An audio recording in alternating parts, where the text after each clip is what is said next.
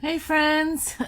I'm probably a dork because I don't have the actual painting with me, but I'll insert some pictures as I go along so that you can see what I'm talking about. Today's painting is another abstract painting from the class I'm taking. I have to say that I have a very independent spirit when it comes to taking classes, and I always try to make the paintings my own. This class is taught by Lindsay Arnett, and it's good because as she walks you through her painting process for each week, she advises you to be intuitive and feel the colors that you feel and put them where they should be on your canvas. She doesn't expect you to follow her exactly, which I'm not really very good at. So that's a good match for me as an instructor. It's also why I bought into Awesome Art School as a lifetime member, because Karen Campbell does the same thing. She always encourages us to make the painting our own. So I began week 2, this painting, the same way that I did week 1. I was praying for a word and colors. Lindsay does a meditative practice, and so since I already have my own way of starting a painting, because I've been doing it for so long, I just prayed for a word. I added ginger oil to my water this week for a little hint of sweet and spicy. It's just kind of funny how when you're prepping, when I'm prepping, like I kind of smelled a few of my oils first, and then I just kind of felt like that was the right one for the week. My word was actually a phrase this week. It was shine, shine, shine, which has been prophetically spoken over me before, so it resonated with me big time. The words came to me kind of in a bright yellow, and the colors that accompanied them were pink and aqua. It's kind of funny because those are two of my very favorite colors, so that's not really surprising that they came. I wrote the words in yellow, and then I surrounded them in the aqua, and I put pink splashes around. I was kind of trying to do it more orderly this time, where I was doing more like the aqua around the letters and then more the pink to the outskirts, but I just didn't like it, so I started just throwing pink everywhere. So then, like the previous week, I added texture, and the texture mixed in and with all the colors, and then those ended up bringing out some other tones and hues of colors in purples and greens, and I even had kind of a reddish orange, which was kind of surprising, but I was using kind of more of a fluorescent pink. So I guess the brightness in the way the paint is made turned it more to a red with the yellow than it did to an orange. But anyway, I'm always kind of surprised when you're mixing paint. A lot of people have trouble mixing paint and they get in their head about it. I don't. I just mix paint. Like, it's just paint.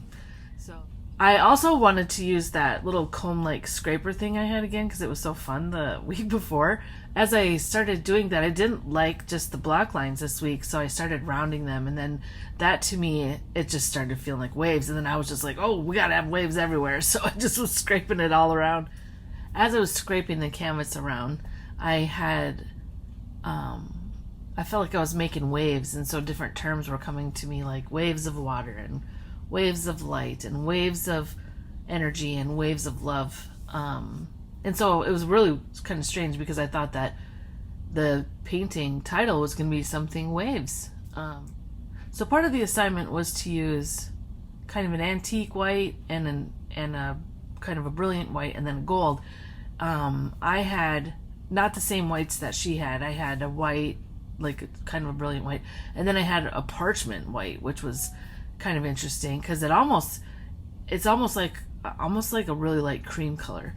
And then I also threw in their pink. That wasn't part of the assignment, but I like it. I just thought it, I don't know, went with the painting this time. So I blended the paint and I wiped paint away, and I really was starting to feel like, is this right? Am I doing this right? Am I doing this right? And then I just stopped myself in the process, and I corrected myself and told myself to stop trying to control the painting process.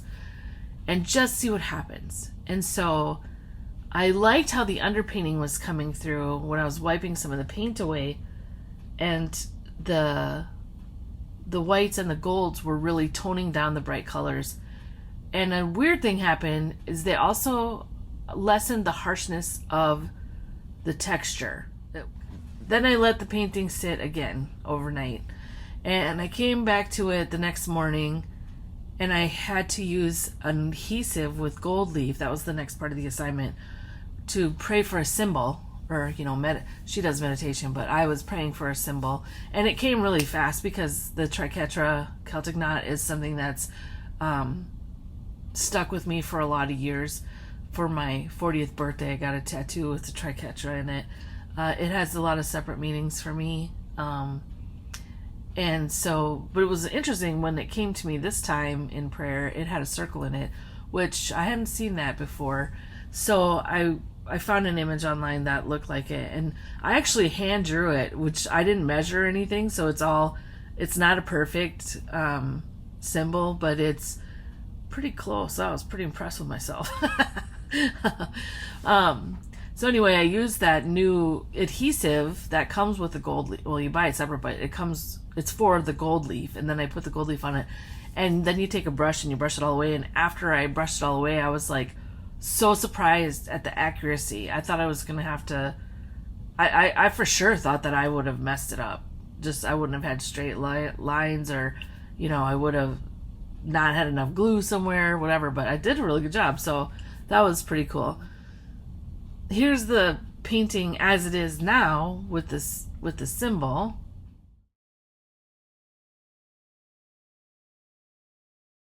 It was done. That was the end of the assignment. When it was done, I was like, this is not done. This is missing something. So I sat with it for a few days. I showed it to my daughter, who also agreed that it didn't feel finished. So I sat with it. I was looking at it. I had stuck a chair right in front of it and just sat. Go and sit in there sporadically, just for a couple minutes, looking at it quietly, trying to feel if I sensed anything for it. I didn't. I did this over the course of like 4 days or something, and I started week 3 in the class. And so then one day I was like, I don't want to say I was frustrated, but I was just like, this is crazy, I didn't want to wait around anymore, so I just thought I'll add words, right? But what words? I love words. I love alliteration and assonance and onomatopoeia, metaphors. I love euphemisms. So which words should I add to the canvas? Because I'm a poet, I'm a very spiritual person. When I'm painting, I'm working with the Holy Spirit, so I should add God words. So the symbol was very shiny, and Jesus talks to us about being a light on a hill. And so I decided that I would use Isaiah 60 verse 1, because that verse tells us to arise and shine. So it's like God's given us a directive, and my words were shine, shine, shine, which I always feel are action words. And so I started writing that verse, and then I didn't write the whole thing out because I only wrote what I felt Holy Spirit, the part that Holy Spirit was advising me to. But then I feel like it was then my heart shifted to write words of how God sees us and what God says about us. So words like chosen and royal and sons and daughters. And so when I was done with that, then I was looking, I was like, this is still not finished. I don't know what is going on here. Maybe it was just too calm for me. So I pulled out the original 2 colors, the aqua and the pink, and I just started brushing some of those in, and I really liked it. I really liked how it was coming. Putting some pink and aqua on the canvas seemed to be bringing out more of the pinks and aquas from the underpainting. And then I added some more gold, because I was like, there's this big hunk of gold in the center where the symbol is. And I was trying to do it with gold paint, but I didn't have the right color paint to kind of match the vibrance of the symbol of the gold leaf. And so I never did add more gold leaf to it, but I did put, I took a rubber scraper and I kind of brushed gold along the texture. And then at the end, I added white, which that seemed to be, okay, this is it. This is finished. adding the white really brought out, I don't know, brought out the colors, brought out the gold. And then I was like, okay, this is done. I like it. I had been trying to be a perfectionist with this painting. And I had to keep kind of fighting that. Like, it was a class, so I had to keep reminding myself, this is a class, this is a time for learning, this is a time for making mistakes and not having it turn out how you think it's going to turn out, and not worrying if it doesn't turn out how you expect it to. In the first week, I had like 3 or 4 different visions of what it would look like when it was finished, and it didn't look like any of those. And then for this one, I thought it was going to have a different name. I called this one Infinity Divinity because one of the meanings of the triquetra for me is the Trinity, and the circle means unity and infinity, so it matches for me. So that just worked for the painting. Not waves of love or waves of energy or waves of light, just Infinity Divinity. I had so many ups and downs with this piece. I went from excited to questioning to frustrated to contemplative to surprised to calm and to finally satisfied. I find mystery in the painting process, especially when I do it with the Holy Spirit, because I'm doing it so intuitively.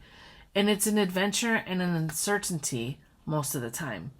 As a mystery buff and a problem solver, always trying to solve the mystery or solve the problem, I don't get bored with painting because I'll never solve it. I mean, intuitively painting abstract art is not like painting a portrait per se, like where you have a person or a reference that you're looking at and you're trying to match the line work and the shadows and the colors. There's just mystery there. The art is not mine, the art is coming through me. So yeah, the art is coming through me and I'm just trying to shine. So anyway, I hope you enjoy the painting. I hope you enjoy me talking about the painting. If you do, like and subscribe and share the video. And why don't you tell me what you like about painting, especially if it's abstract art, or if you don't like abstract art, I would also like to hear why not and what you do like about abstract art. Yeah, it'd be fun to hear that from you. So, yeah, thanks for watching my video, and I'll see you soon. Bye.